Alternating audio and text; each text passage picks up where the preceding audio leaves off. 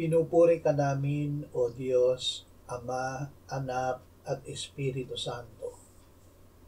Salamat, Ama, na ibinigay mo sa amin si Jesus na iyong anak, na namatay para sa aming kasalanan, iyong muling binuhay, iniakyat at iniluklok sa iyong kanan sa langit.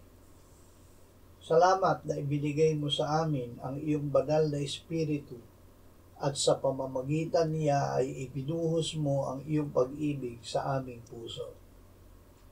Panginoong Hesus, mahal ka namin. Tutuparin namin ang iyong salita. Salamat sa pagtitiyak mo na kami ay mahal ng Ama.